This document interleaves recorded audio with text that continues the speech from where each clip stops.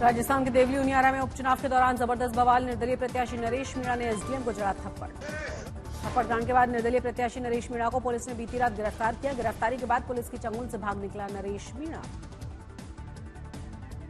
Police को उपद्रवियों को काबू में करने के लिए आंसू गैस के गोले का इस्तेमाल करना पड़ा। लोगों ने पुलिस की गाड़ियों को भी आग लगाई।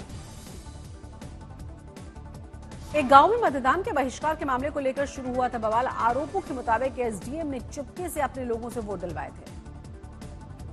बवाल के बाद भारी संख्या में पुलिस बल की तैनाती। सुरक्षा कर्मियों ने निकाला मार्च।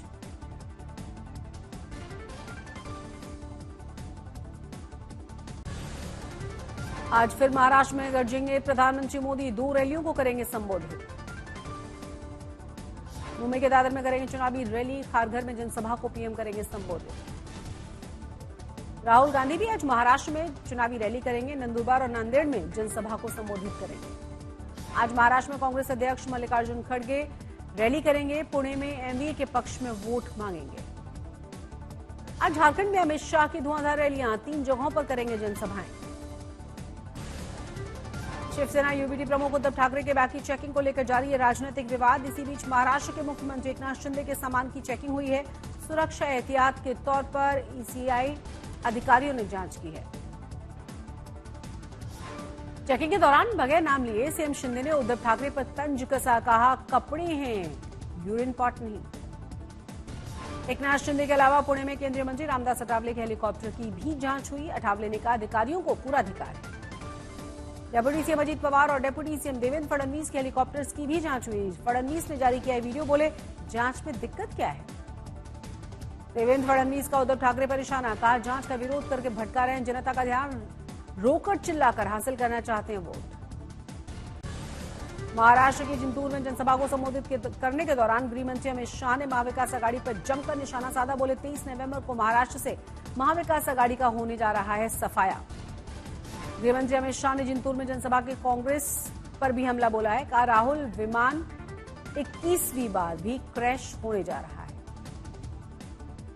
धारा 370 को लेकर भी कांग्रेस पर जमकर बरसे हैं शाह। राहुल गांधी का नाम लिए बिना कहा आपकी चौथी पीढ़ी भी धारा 370 को वापस नहीं ला सकती। उत्तर प्रदेश के मुख्यमंत्री योगी आदित्यनाथ ने भी प्रचार के दौरान महाविकास आघाड़ी पर हमला बोला। ये लोग तुष्टीकरण की राह पर चलकर देश को क्षति पहुंचाना चाहते हैं। योगी आदित्यनाथ के नारे के जवाब में बोले कांग्रेस के अध्यक्ष मल्लिकार्जुन खड़गे। कहा कुर्सी के लिए जज्बात को मत छेड़िए। आज झारखंड के दौरे पर जाएंगे यूपी के सीएम योगी। बोकारो में चुनावी रैली करेंगे। आज प्रयागराज में उपचुनाव की रैली में करेंगे अखिलेश यादव। गठबंधन प्रत्याशी के पक्ष में मांगेंगे वोट। यूपीपीएससी नॉर्मलाइजेशन विवाद के बीच अखिलेश यादव ने राज्य सरकार पर निशाना साधा। ट्वीट करके लिखा बीजेपी युवाओं के भविष्य के साथ खिलवाड़ कर रही है। झारखंड में बीजेपी ने चुनाव आयोग से कांग्रेस की शिकायत की है। कांग्रेस पर लगाया है मॉडल कोड ऑफ कंडक्ट के उल्लंघन का आरोप। बीजेपी ने कांग्रेस पर साइलेंट पीरियड के दौरान घोषणा पत्र जारी कर संविधान के साथ खिलवाड़ करने के आरोप लगाए हैं। दिल्ली में आज होगा मेयर डेप्यूटी मेयर का चुनाव। एलजी ने गौतमपुरी वार्ड से बीजेपी पार्षद सत्या शर्मा को बनाया पीठासीन अधिकारी। अप्रैल 2024 से लंबित था इलेक्शन। आज दिल्ली में इंटरनेशनल ट्रेड फेयर का आगाज। कई देशों के प्रतिनिधि लेंगे हिस्सा। 27 नवंबर तक चलेगा मेला। ट्रैफिक को लेकर एडवाइजरी जारी। 15 नवंबर को जमुई जाएंगे पीएम मोदी। जनजातीय गौरव दिवस के मौके पर जमुई को करेंगे संबोधित। बिरसा मुंडा की 150वीं जयंती के मौके पर कई योजनाओं का उद्घाटन भी करेंगे। आरओ एआरओ परीक्षा अभ्यर्थियों का एक दिन एक पाली परीक्षा की मांग को लेकर प्रदर्शन चौथे दिन भी जारी है। प्रदर्शन स्थल पर यूपी पुलिस और रैपिड एक्शन की फोर्स तैनात। यूपी में एक और पेपर टला है। उच्चतर न्यायिक सेवा की प्रारंभिक परीक्षा स्थगित। प्रारंभिक परीक्षा की नई तारीख का ऐलान जल्द। अमित शाह ने इंदिरा गांधी वाले बयान पर खड़गे को पलटवार किया। कहा इंदिरा गांधी के आगे बच्चा है शाह। आम आदमी क्लिनिक्स का नाम बदलेगी मान सरकार। केंद्र ने एनएचएम के तहत फंड देने की बात कही। बुधवार को पंजाब में पराली जलाने के 509 केसेस सामने आए। फरीदकोट और फिरोजपुर में सबसे ज्यादा पराली जलाने के मामले। कर्नाटक के मुख्यमंत्री सिद्धरामैया का बीजेपी पर बड़ा आरोप। कहा 50 करोड़ रुपए उनके विधायकों को देकर खरीदने की कोशिश की गई। खालिस्तानी आतंकवादी और इंडिया के मोस्ट वांटेड गैंगस्टर गिल ने कनाडा की कोर्ट में जमानत याचिका दायर की है। ट्रांसलेटर की परमिशन भी मिली। दिल्ली में प्रदूषण का कहर जारी है। बुधवार को पहली बार गंभीर श्रेणी में पहुंच गया वायु गुणवत्ता, कई जगहों पर AQI 400 के पार।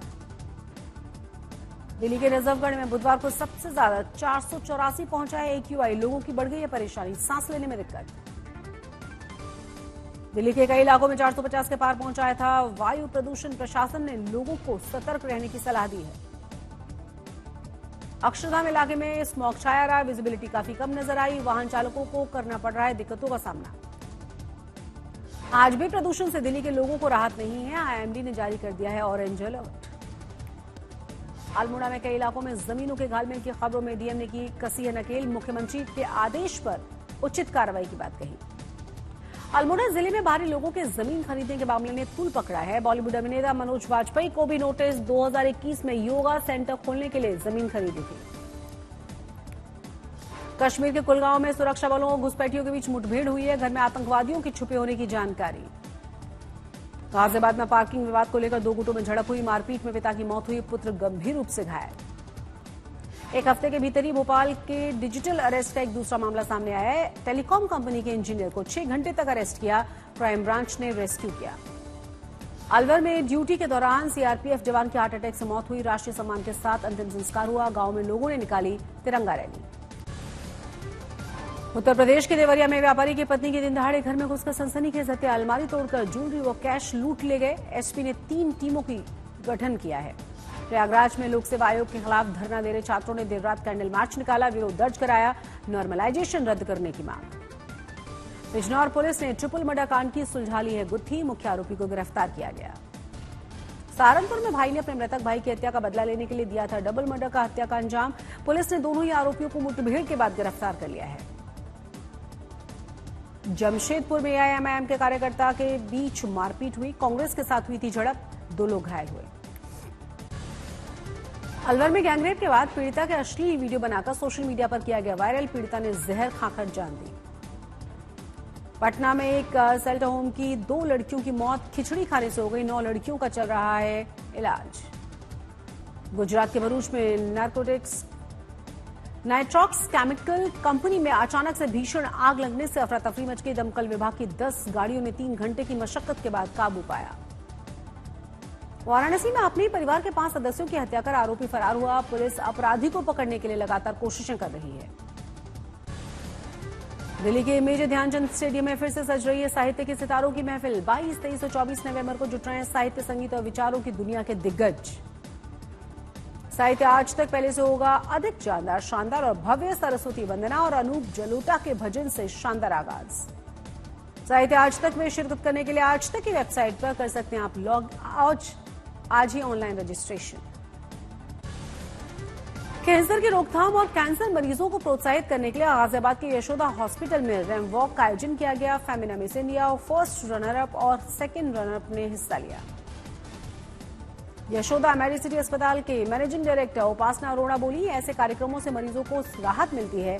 डॉक्टर PN अरोड़ा ने मरीजों का हौसला बढ़ाया। अयोध्या में पहली बार मनाया जाएगा रामलला का तिलकोत्सव। कार्यक्रम में शामिल होने के लिए बड़ी संख्या में रामनगरी पहुंच रहे हैं श्रद्धालु।